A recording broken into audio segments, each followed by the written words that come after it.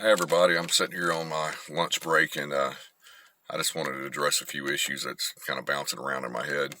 Number one, I know that there's a lot of angry people out there, that a lot of us were misled by this group that starts with a letter in the alphabet, and I think you know what I'm talking about. Um, I think it's obvious now that this was a disinformation campaign from the very start. Uh, I wasn't 100% sure on it. I was hopeful. Um, But by about March, when they started shutting everything down, and then they were saying, well, this was the plan to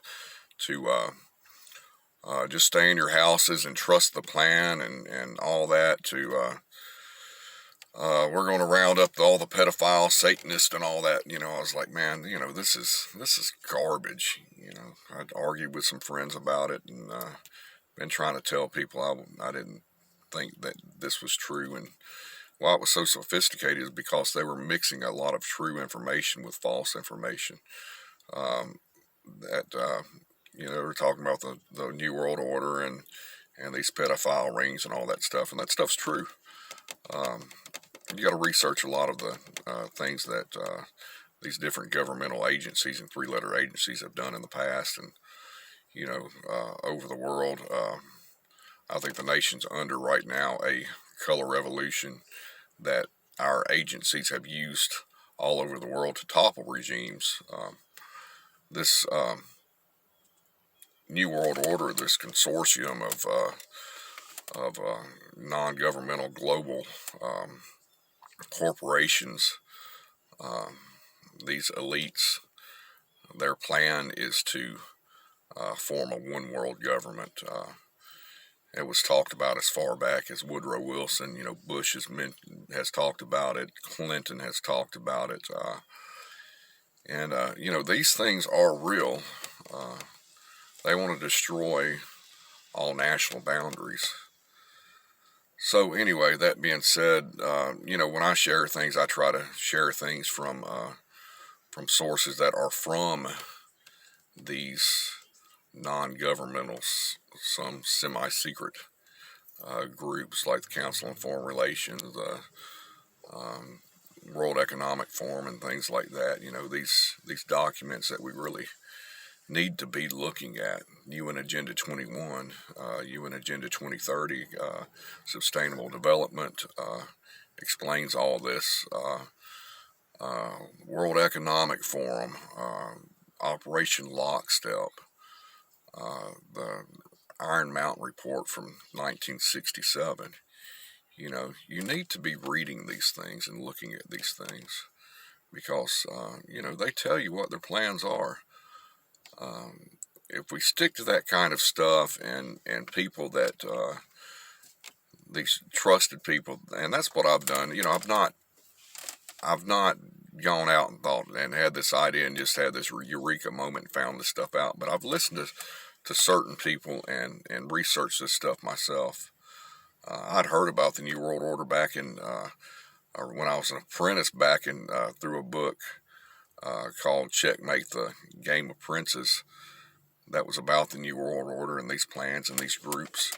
That was probably about 1996. The book was written in 92 or 93. But, I just didn't believe it. And then I started seeing the way things were happening, what Obama was doing with a lot of um, the class warfare and things like that, and the division, and it reminded me of that. So I went on a journey to start doing my own research. Um, Probably done more reading in the last few years than I ever have in my life. So if we get the facts like that, then we're less likely or to be misled, and more likely to see things and identify things as being false.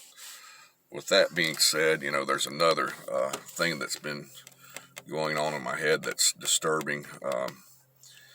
Is that there's been talk about um, that they think that the Democrats are planning to remove Biden via 25th Amendment, and I'm thinking that maybe that's not their plan. I think their plan is to remove Biden, and I would hate to see anything happen to him. If he's committed crimes, and sure he needs to be indicted, but for him to be harmed or taken out, like I'm afraid that that's what their plan is to do, to install Kamala Harris and frame that as a false flag false flag event, and blame a Trump supporter or conservatives and go after the guns. That would be a bad thing, of course. So let's pray for him. Let's pray for him. The media and these different politicians are already calling people that are just patriots and Trump supporters and just conservatives, even libertarians, as labeling us as racist and Nazis, no matter what color you are, and white supremacist and all that.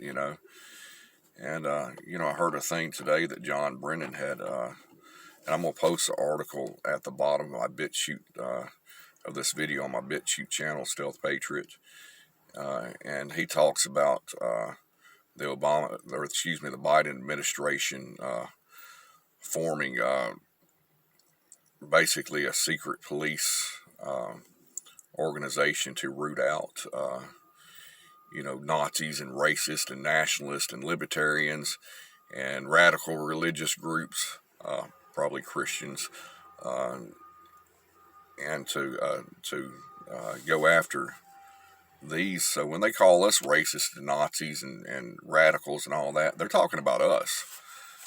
So I think trouble lies ahead and it's coming. I don't think we can just sit on the sidelines and think that we'll be untouched.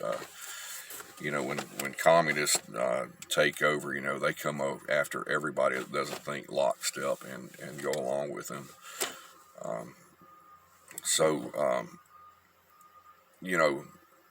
Hopefully Biden remains safe.